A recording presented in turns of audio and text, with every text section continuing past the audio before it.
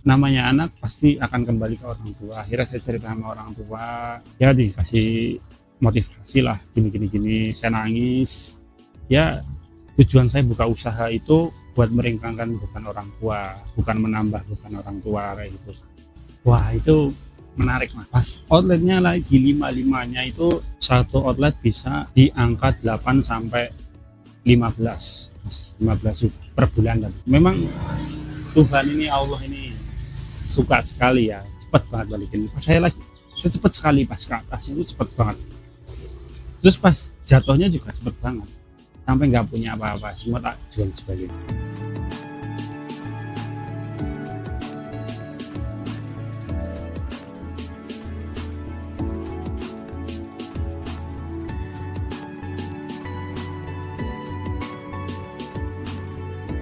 Perkenalkan, nama saya Rangga Dino Alfian. Saya pemilik usaha Ratang atau Rangga Kentang kepanjangannya. Untuk alamatnya di Gedung Kewirausahaan UNES. Sekarang saya sedang studi S1 di Universitas Negeri Semarang dan sedang studi S2 juga di Universitas Negeri Semarang.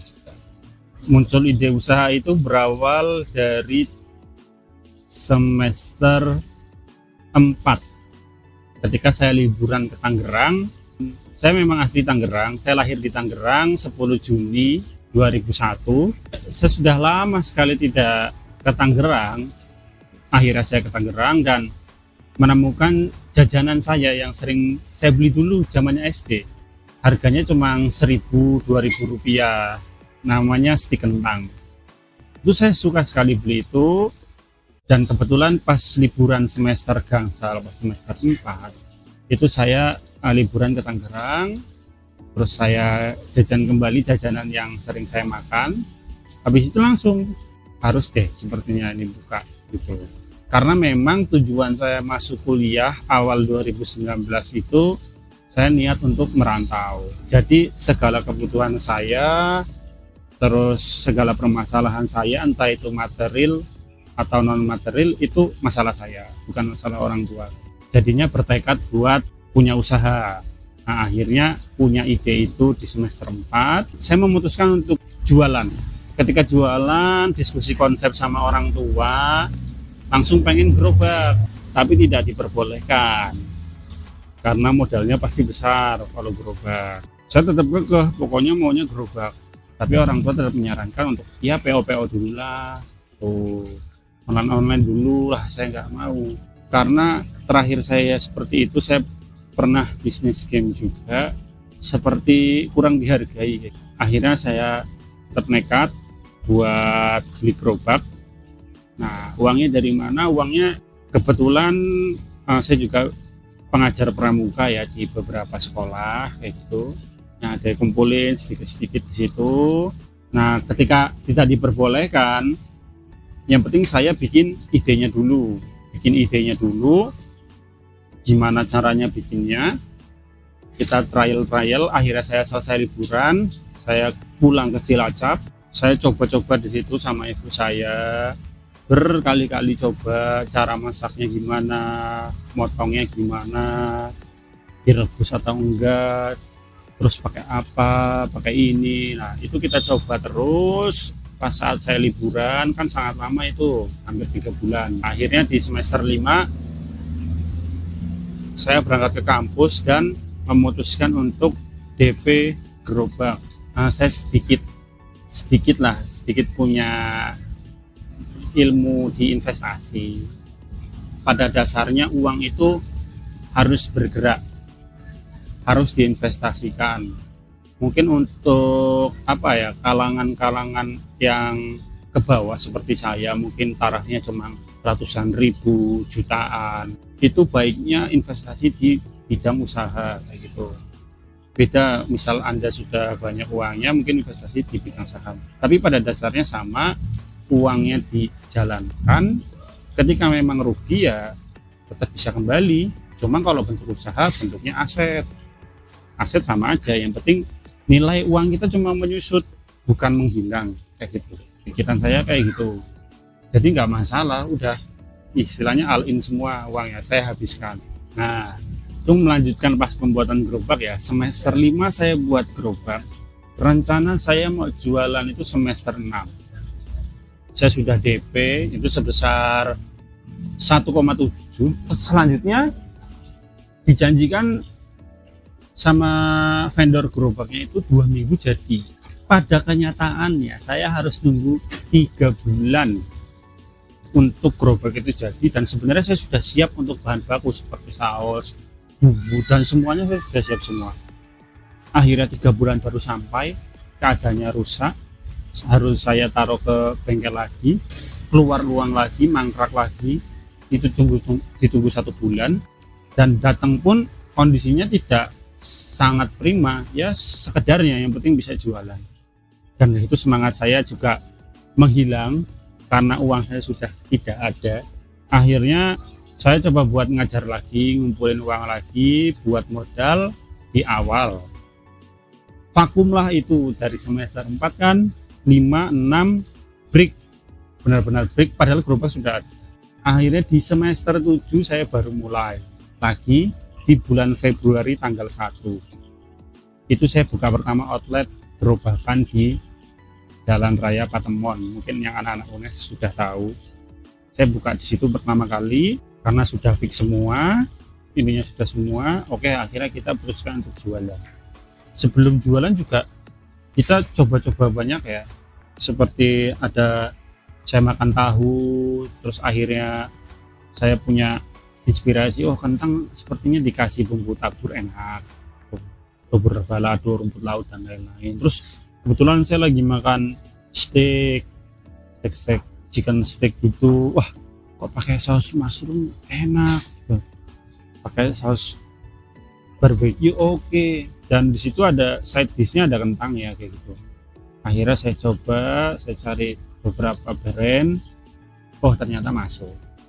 Nah, akhirnya dipadu-padankan dengan kentang saya. Oke, sepertinya harus buka. Banyak sekali tantangannya. Setelah saya akhirnya buka di bulan Februari, saya jaga 1 bulan, dan itu posisi mahasiswa masih libur karena masuknya itu Maret. Posisi mahasiswa libur, dan saya punya partner pertama kali, itu namanya Arum, anak kimia. Kalau dari saya sistemnya semua saya handle sendiri, dalam artian dari modal, ide, dan lain-lain, kepemilikan. Cuma saya memberdayakan atau minta tolong lah teman-teman buat jaga. Jadi kalau dari saya lebih baik saya yang mengelola dalam segi keuangan dan lain-lain, tidak mau dicampur tangankan dalam segi modal, tapi saya mempekerjakan orang. Karena ketika punya 2 kepala atau 2 pemilik, itu pengalaman saya itu tidak oke lah, banyak cekcok dan lain-lain. Makanya saya rekrut orang saja, saya bayar. Ya, saya pertama kali jualan ya itu SD, kelas 4 SD, pas saya di Jawa Timur, karena rumah saya pindah-pindah.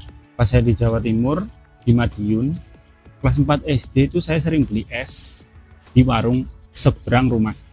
Ketika sering beli es, terus dibilangin sana bikin es batu, tak beli terus kok pikiran, oh iya juga. Akhirnya saya pinjam uang pas itu ke ibu saya 20.000 buat beli plastik sama karet. Akhirnya saya jualan es batu, saya kirim setiap hari, itu dapat dibayar pas itu cuma 500 rupiah satu es batu besar segini. Dan itu berlangsung agak lama sampai akhirnya saya bisa mengembalikan uang ibu saya 20.000 pas itu kelas 4 SD. Terus pernah juga bantuin ibu saya itu jualan risol. Berlanjut ke SMP, saya pernah game online gitu, biasa lah ya anak-anak muda kayak gitu, main game, punya itemnya terus dijual. Namanya gamenya pas itu saya Minecraft, saya punya server gitu, mungkin terpopuler di Indonesia ya, nomor 5 gitu. Terus setelah itu saya masuk SMK, nah di situ saya mulai mengenal dunia elektronik. Saya suka sekali dunia elektronik, akhirnya memperdalam itu, belajar otodidak, sering-sering ngambil pasien lah istilahnya, pasien HP. Saya belajar terus di situ, suka lah di situ memperbaiki LCD, apa laptop kenapa ngehang, blue screen, ganti RAM, tambah SSD lah, itu saya memperdalam di situ. Terus akhirnya di perkuliahan ini buka namanya RAM.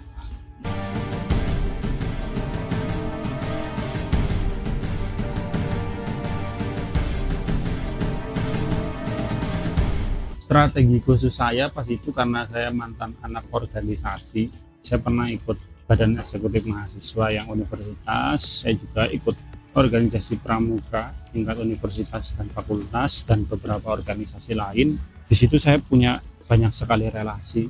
Paling itu strategi khususnya, saya memang selalu ngomongin pas semester 5-6 itu saya sering bilang sini jajan di Tatang, padahal waktu itu belum ada pas itu. Sering sekali ngomong kayak gitu. Pas itu juga online food ya, Shopee Food pas pertama kali, mungkin itu aja sih.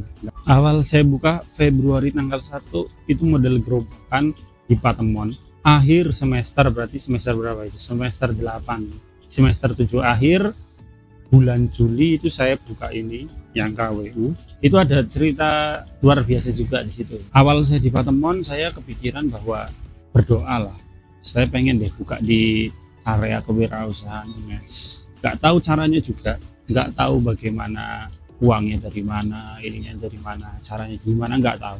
Tiba-tiba kepikiran aja, punya kenalan, saya hubungi ketua kewirausahaan, itu uangnya belum ada. Nah kebetulan itu saya juga lagi pengajuan pendanaan ke Menpora. Pas itu saya dapat dana cair 10 juta. Akhirnya saya buat ini. Nah itu juga saya nggak tahu uangnya dari mana. Setelah Juli buka, saya berdoa lagi. Saya pengen bisnis ini punya suplai uang dari orang lain. Istilahnya ada orang yang beli franchise atau mungkin investor. Saya pengen buat mengelola uang orang lain. Nggak menjelang lama, 3 bulan itu sudah dikabulkan lagi. Saya juga nggak tahu itu caranya gimana. Tapi selama 3 bulan itu saya presentasi ke lebih dari 8 orang. Buat memperkenalkan usaha saya. Akhirnya dapat, kita jalan, kita buka outlet 3 di Pujasera Peleburan. Nggak berlangsung lama, kita juga buka lagi di area Peleburan juga, 1 gerobakan tapi pinggir jalan. Terus nggak berlangsung lama lagi, kita langsung buka di CFD Simpang 5. Sebelum lama ini Mas, kita dapat masalah dari investor atau pemilik franchise. Dia minta dananya kembali 100%, dan dari kita sebenarnya tidak mengiyakan karena tidak mungkin, karena uang sudah habis ya buat dipakai buat beli aset, bayar sewa, bayar karyawan dan lain-lain. Dia minta tetap buka 100%. Akhirnya kita turuti, kita balikan adalah 2 digit, mungkin 10 ke atas, kita balikan uangnya. Ini baru melewati titik tersulit juga. Akhirnya buat bayari utang, outletnya tutup 1. Ya itu benar-benar Mas, saya masih kuliah, aset saya jualin semua, HP saya jualin, punya apa tak jualin buat bayar utang gitu. Utang bukan utang bank, itu utang yang tidak kita rencanakan. Nah itu berat sekali. Posisi saya masih mengerjakan skripsi pas itu. Namanya anak pasti akan kembali ke orang tua. Akhirnya saya cerita sama orang tua, ya dikasih motivasi lah, gini. Saya nangis. Ya tujuan saya buka usaha itu buat meringankan beban orang tua, bukan menambah beban orang tua kayak gitu. Saya cerita di situ, nangis sama ayah saya. Cara bangkitnya kalau dari saya kembali ke tujuan awal. Tujuan awal saya itu memiliki usaha. Ketika sudah dikabulkan, ya sudah, bersyukur saja. Terus kembali lagi, dipikirkan lagi, toh dulu juga gak punya apa-apa. Ya udah dijalani aja. Orang tua pun juga bilang seperti itu, ya udah yang penting skripsinya diselesaikan dulu. Makanya akhirnya saya ya sudah, memang ini jawaban jalannya, suruh menyelesaikan studi yang S1 dulu. Akhirnya juga ini sudah selesai, masalahnya sudah selesai, skripsinya juga sudah tinggal sidang skripsi besok tanggal 27, yaitu ya sudah, rencananya nanti setelah sidang baru kita bangkitkan lagi outlet-outlet yang sudah terbengkalai, karena gerobaknya ada Mas pada geletak. Wah itu menarik Mas, pas outletnya lagi 5-5-nya itu satu outlet bisa di angka 8 sampai 15. 15 per bulan. Dan memang Tuhan ini, Allah ini suka sekali ya, cepat banget balikin. Pas saya lagi secepat sekali pas ke atas itu cepat banget, terus pas jatuhnya juga cepet banget, sampai nggak punya apa-apa, semua tak jual-jualin. Kalau dari saya, apa yang membuat saya kayak seperti ini ya terus saya jalani, saya hadapi, karena pasti semua orang pernah berdoa mau sukses, mau hebat, mau besar. Kalau mau jadi orang sukses ya pasti masalahnya besar, itu aja paling selalu hadapi aja. Kalau dari saya ini, saya sering menyampaikan juga ke teman-teman, mulai dulu aja, jadi nggak usah terlalu memikirkan aduh besok gimana, ini gimana gitu. Yang penting jalani aja, karena saya juga nggak tahu gimana caranya saya punya 5 outlet kayak gitu, gimana caranya saya bayar utang lebih dari 10 juta dengan saya yang tidak punya apa-apa. Jadi lebih jalani aja, doa, dan langsung mulai, nggak usah kebanyakan oh rencananya ini, mending langsung mulai, langsung jalani. Perkenalkan, nama saya Rangga Dino Alfian, saya pemilik dari usaha Katang atau Rangga Kentang. Never give up and push your limit, jangan pernah menyerah, lampaui batasmu. Kalau kamu sudah bisa ikut organisasi 2 dan merasa masih bisa tiduran, ikut organisasi lagi. Merasa bisa tiduran lagi, buka usaha. Assalamualaikum warahmatullahi wabarakatuh.